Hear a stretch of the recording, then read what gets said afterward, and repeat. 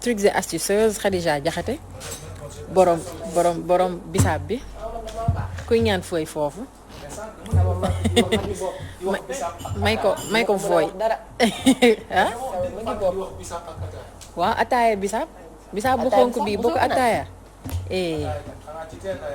yow mosoo naan ataaya bisaab te ndaayaan bi boo ko ataaya day neex bu baax mais ataaya bisaab tamit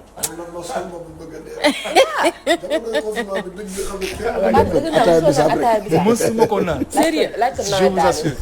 mësuma naan dama koy dégg nii. ataaya bisaab neex na. waaye ataaya ndaayaan bi tamit sol ba ma bëgg a dee.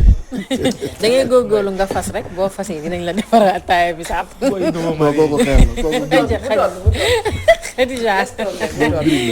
nañ la bàyyi nga ñëw ci bisaab bi kon. bisaab nag Fatou bisaab moom déjà mi ngi jógee ci garab bi ñuy wax hibiscus. rus naa lool. Fatou looy rus. non grave lu métti yàggul. am na amul solo man dama wax nii rek conseil la bu ma lay jox rek. Khadija waaw bàyyi naa man kañ def ma dara. kon bismillah. donc bisaab Fatou comme ni ma ko waxee woon léegi bisaab moom mi ngi jógee ci arbuste bi ñuy wax hibiscus nag moom moo meññ li nga xam ne mooy bisaab bu xonq bi. waaye itam am na bisaab bu weex. am na bisaab bu verte. am na yeneen xeetu bisaab. li ko waral nag mooy hibiscus moom garab la boo xam dafay produire des fleurs. plusieurs fleurs à la fois. donc plus de 5000 espèces yoo xam ne mi ngi jóge ci hibiscus. mais bisaab bu rouge bi ñu intéressé tey. mooy bi nga xam ne moom la ñuy waxtaanee moom tubaab bi mi ngi koy woowee hibiscus sabdarifa. donc sabdarifa moom mooy bisaab bu rouge bi nga xam ni moom lañ war a mën a defaree jus bi ñuy naan bisaab bi mi ngi poussé ci benn zone tropicale mi ngi ko gën a xam nag ci Guinée foofu la mën a njëkk a soqeekoo ensuite ci la commencé répandre ci yeneen dëkk yi comme lu ci mel ni Afrique de l'Ouest mais léegi dëkk yëpp daanaka xam nañ ko ba ci tubaab yi donc bisaab dañ koy def comme jus locaux di ko jaay comme ñun luñ koy naanee donc léegi dañ koy def mais boo demee yenn dëkk yi Fatou comme li ci mel ni ay Égypte wala nga dem Guinée boo fa déggee karkade bu mu la jaaxal xam ni bisaab bu rouge bi la aussi noonu lañ koy woowee muy beneen noo boo xam ne ñu ngi ko koy jox muy carcadé également hibiscus moom mooy fleur bi nga xam ni bu demee ba dee comme fane ni ñu koy waxee ci olof mbay fane bu demee ba dee ba nekk xob donc xob boobu noonu ñun moom la ñuy jël def ko li nga xam ni mooy bëggëj waaw xob boobu tubaab bi mi ngi koy wax calice calice boobu mooy bisaab bu rouge bi bu demee ba dee bu jugee ci fleur bi wadd dem ba dee carrément nekk fleur papier ñun boobu la ñuy jël calice boobu def ko bëggëj wala ñu koy utiliser pour yenn sauce yi di ko toggee ba tey bokkul ak hibiscus sabdarifa bi nga xam ni moom la ñuy defee jus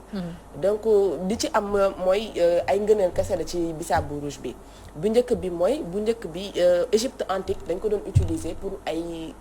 traitements médicaux parce que temps yooyu amul woon ay garab yoo xam ni mën nañ ko di fajee ñoom bisaab bi lañ doon jël bu fekkee dafa am kenn koo xam ni yaramam dafa tàng lool xamuñu woon fu mu jógee bis bi ñu jox pour mu mën a abaisser température bi mu mën a amaat température boo xam ne dafa normal température am ñoom Égypte xam nañ ko bu baax donc du coup léegi dañ ko def ci seeni traitement de telle sorte que du génn ci seeni garab ñoom beneen bi tamit mooy dañ koy utiliser à des fins thérapeutiques ñun comme lu ci mel ni pour lutter contre hypertension temps yi bëri na lool ñu ci bëri hypertension sonal na leen donc hypertension artérielle boobu noonu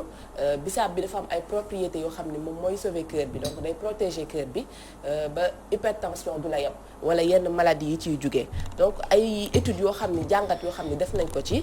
avancé nañ ko sur le sujet gis nañ ni que boo ko jëlee en infusion même bu fekkee une fois par jour ba nga koy naan soit mu tàng wala mu sedd daf lay dimbali ci yenn maladies yi nga xam ne comme AVC wala arthrite et cetera maladie yoo xam ni mag yi bu ñu xasee ba jëm mag dañ koy faral di am daf leen di dimbali ba du leen lor donc yenn maladie du cœur yi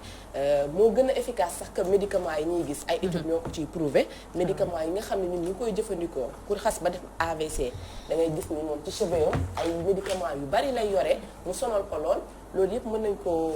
dindi ci bu fekkee ni ñu ngi koy jëfandikoo bu dee benn yoon la sax par jour daf leen ciy jàppali lool lu mel ni cholestérol daf koy réduire donc cholestérol parce que cholestérol bu bon bi lay dindi augmenter bu baax bi xam nga cholestérol ñaari façon moo am dafa am bu bon am bu baax donc moom bu bon bi lay éliminer augmenter à la place bu baax bi yenn maladies yi comme diabète type 2 ak maladie cardiaque yi aussi bu ñu koy faral di naan dañuy gis ni daf leen di soulager diabétique yi dañ leen di wax ni ñuy naan bisaab bi nga xam ne dañ koo baxal noonu mais duñ ci def suukar noonu lañ koy naanee parce que dafay régulariser seen taux de sucre propriété antioxydant yi mu am tamit day protéger yenn cellule organisme bi de telle sorte que molécules yi nga xam ne moom mooy créer vieillissement prématuré yi nga xam ni sa cellule yi dafay gaaw a màgget dootul mën a résister contre yenn maladies yi donc moom tamit day tax ba cellules yooyu noonu dañuy am yenn défense pour mën a xeex ak maladie yi nga xam ni mi ngi jóge ci vieillissement comme ni ma ko waxee léegi ci màgget comme cancer léegi bari na lool donc da ngay gis documentaire yu bari docteurs yi dina ko wax nu ñu mën a def pour éviter ko rek ñu mën koo def ay cirrhose lu mel ni Alzheimer et cetera maladie yooyu ci mag ñi lañ koy gën a ràññee.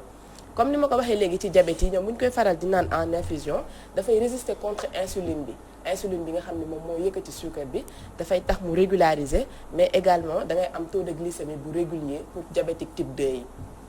am na tamit action sur obésité mooy surpoids bi li koy def matière grasse mu ëpp sa yaram day dem ba lalu ci sa xol bi foie bi dootul mën a travailler comme ni mu waree bisaab boobu nag dafay tax ba amidon yi daf koy sécréter amidon yi éliminer mauvaise kii bi matière grasse bi ba immédiatement da ngay am envie dem toilette parce que matière boobu noonu bu koy éliminer naturellement te jam ngay jël ay yenn médicaments yoo xam ni pour minceur la yëg nga loolu suñu mbokk yi léegi yooyu la ñuy def xale génn naan ay gel ko ba jeex mais loolu yëpp mën na ñàkk bu fekkee ni yaa ngi ci bisaab boobu di nga am benn poids bu normal boo xam ni di nga ko mën a système urinaire bi infection urinaire yi ñi nga xam ne dañoo am problème léegi pour dem saw et cetera gën nañ ko ràññee ci mec propriété diurétique bi am ci bisaab bi antiseptique bi tax na infection urinaire yi ak calcul rénaux yi nga xam ni moom mooy bési bi mooy dem boo bëggee dem too mën a dem infection urinaire lañ koy wax mën na amaana mu régulariser ba malade am tamit excellent digestif bu fekkee da nga am ay trouble digestif loo lekk di ballonné et cetera bisaab bi laxatif naturel la boo ko naanee di nga mën a dem toilette normalement tonifiant la danay booster bu fekkee da nga am coup de fatigue passager muy fatigue intellectuelle comme fatigue physique mën na la booster de telle sorte que parce que vitamine C yi mu am ci biir la de telle sorte que nga mën a def say activité ni mu waree ak ni mu gënee yenn rhume wala toux angine et cetera boo koy naan à chaud mooy ne bu tàng bi noonu da ngay gis ni daf lay soulager immédiatement waaye itam yenn inflammation voie respiratoire yi ak anémie sonal nañu lool sama genre yi nga xam ne mooy suñu feebar donc anémie tout le temps dañuy wax ñuy naan bisaab bi daf ñu ciy jàppali lool douleur menstruelle yi pour jigéen yi non seulement daf koy faciliter bu douleur yi nga xam ne régulier wul bu tayee nga gis ko bu mu toogaat 2 mois ñëwaat naanal bisaab parce que bisaab dafay faciliter règles yi pour que ñu mën a ñëw mais bu ñëwee aussi du metti comme ni mu daan méttee donc dafay normaliser partout ay ngëneel rek la boo tax ma jël ci quelque rek pour ñi nga xam ni cosmétique la ñuy def tamit waa xayri duma leen fàtte ñi nga xam ci wàllum karaw la ñuy yëngu ñoom dama leen di dégg ñu ne dañuy jël bisaab bi dëbb ko ba mu nekk poudre buñ ko jëlee di ko boole ak seeni composants yi nga xam ne moom la ñuy defee soin naturel parce que dafa baax ci teeñ mais tamit karaas waaw dafa baax ci teeñ mais karaas aussi waaw parce que ba may defee chercher dama gis koo xam ne moom ci bopp lay yëngu affaire de bopp ay soins lay def moom loolu la doon wax mu ne moom armam naturel moom bisaab la day jël bisaab bi dëbb ko wala mu jënd bisaab poudre bi sax boole ko ak produit entretien mi di ko def ci raxasee bopp ci pou wala ci pellicule que mooy karaas lépp lu mun ci doon daf koy éliminer carrément donc ay ngëneel rek laa moo Fatou amul leneen loo xam ne daf ciy gaañ te amul ay contre-indication ñu bëri nag ñu ngi laajte naka la ñuy defaree bisaab parce que am na ñu mel ne man dañuy toog rek di xaar ñu defaral leen ñu consommer bisaab defar ko yomb na lool il suffit juste nga am ndox bisaab bi suukar ak ingrédients yi nga ci bëgg soit mën na ànd ak buy wala mën na ànd ak menthe mooy naanaa bi ça dépend boo jëlee ndox mi baxal ko ba pare jëlal bisaab bi nga defaale boo ko raxasee ba mu set defaale ko ci ndox mi ngay baxal bàyyi ko mu bax pendant 20 minutes boo paree bàyyi ko mu sedd nga filtré ko boo ko filtré nag def ci lu la neex muy sucre vanille canne à sucre loo si def rek wala ingrédient bu ci doon après lay doon mais daal bisaab bi dañ koy baxal pendant 20 minutes filtré ko ngëneel yi foofu la nekk nga naan ko mën nga ko naan à chaud comme à froid indication yi ci am nag mooy chez les femmes enceintes donc ñoom dañ leen di wax faral ñu koy éviter vitamine C bi ci am ak yenn antioxydants et tout ça mën na lor xale bi moo tax dañ leen di wax ñu koy utiliser même de même que ñi nga xam ne ñoom dañuy nàmpal ñiy nàmpal tamit bu fekkee dañ koy naan benn yoon mais buñ ci ëppal am na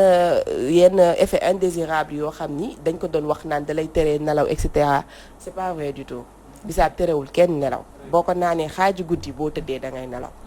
xaaju guddi boo ko naanee boo tëddee da ngay nelaw parce que amul benn effet indésirable étude boo munti def boo gis loolu lañ lay wax amul benn contre-indication par rapport ak yenn garab yi du coup mën nga koo naan te du la def dara li may wax ni yëpp ci ay ngëneel la donc du coup c'était scientifiquement prouvé am na recherche yoo xam ne avancé nañ ko sur le sujet et gis nañ ni ay ngëneel kese moo ci am d'accord xam nga Sénégal dañoo am tendance à ce que benn produit boo xam ne dafa am composant vitamine C rek dañu naan du la dalay tere nelaw mais ça dépend si composition bi fu mu toll parce que bu fekkente ni bëriwul mënu la empêcher nga daal di nelaw comme ni mu bëree si orange wala citron bëree ko noonu ci li nga xamante mooy bisaab bi et li nga ñu indi la Khadija am na solo trop et c'est très riche surtout man bi ma ci gën a retenir mooy ñi nga xamante ni dañoo amee AVC ñu koy faral di jëfandikoo mais concernant le jus de bisaab benn peut-être benn lii rek bu ma si ajouté jus bisaab ni mu gën a naturel gën a neex gën a baax amaana peut-être boo si yokk comme naana bi nga wax noonu mën nga ko see yokk wala citronnelle mais à part ça pour man jarul ñu si def yeneen composants yu bëri parce que déjà yow li nga indi nii c'est très naturel bisaab dafa naturel naana bi dafa naturel surtout naana menthe bi citronnelle aussi dafa naturel je pense que yooyu rek boo ko jëlee nga def ko jus bisaab bu am jom ngay am loolu la faat parce que li ma bëggoon dëgg nga xam ne sama yéene la sama bëgg-bëgg la mooy réew mi ñu fexe am ay usines yoo xam ne dañuy def ay transformation comme boisson yenn yi jëggaan yi boisson yenn yi ñun suñu bisaab bu xonq bi ak bu weex bi ak yeneen yi mën nañ fi defar ay boisson yu neex yoo xamante ne di ko naan nga bàyyi ma ne bisaab bii nii ñu ngi koy transformer fii di ko def jus de mais malheureusement xam nga ñu koy def tubaab bi waaw ñun dañ ko war a defar nag ñu ko naan ñun duñ ko problème bi mooy dañoo am ay garab yi nga xam ne dafa naturel ñun yàlla daf ñu koo may donc ñun ce sont des propriétés ñoo xam ñun ñoo ko moom mais malheureusement li ci am mooy ñun jëfandikoo ñu ko du coup golo di bay baabu di dundee ñun ñoo ko moom mais tubaab bi ñoo koy transformé ñoo koy jëfandikoo dama dem côté Mbambilor côté yooyu xam nga côté yooyu dafa bëri mango ma dajeeg jenn jigéen ñuy waxtaan mu ne ma moom ci mango yi lay liggéey quoi dañ koy trier maanaam mango bu ci am sax benn piqûre lu mu sew tuuti wala tache dañ koy dindi ma ne ko léegi foofu mu ne ma dañ koy def ci conteneur exporté ko yóbbu ko ma ne ko kon daal mango ju baax ji moom waa bitim réew koy lekk nu lekk fuusaa ji ma ne ma loolu amuñu usine ñu koy transformé amuñu ba ci madd jus madd ji madd nga xam ne moo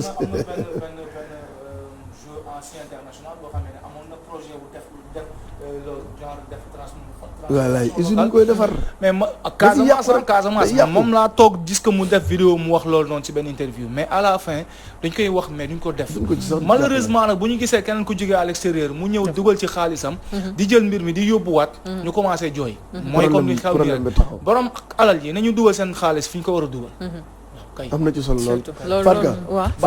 bàyyi suufu Sénégal gi ñuy jaxat bëgg naa balaa alxames bi di ñëw ci kàttanu yàlla. ñun ñëpp kenn ku ci ne xool ci man meen nga bokk. d'accord ak waa réew mi ñëpp. maanaam ñu indil la ko fii daal. ku nekk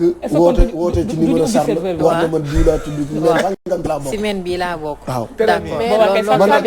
dem naa sama dëkku maam. mbar jaag daal ba xam ci meen mi ma bokk man. mooy laaj am meen mooy fan. man daal laa ko laajte woon xaw ma loo may siiwalee ni di ko yëkkati ci kaw.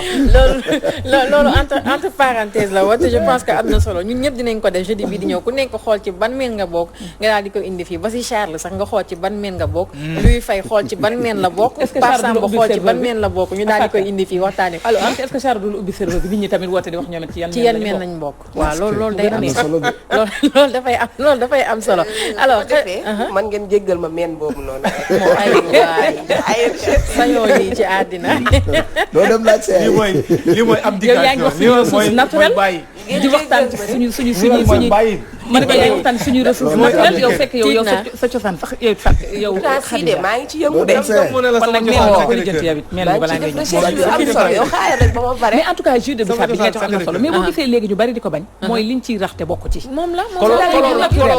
colorant yi da ngay jënd sa bisaab bu 100 francs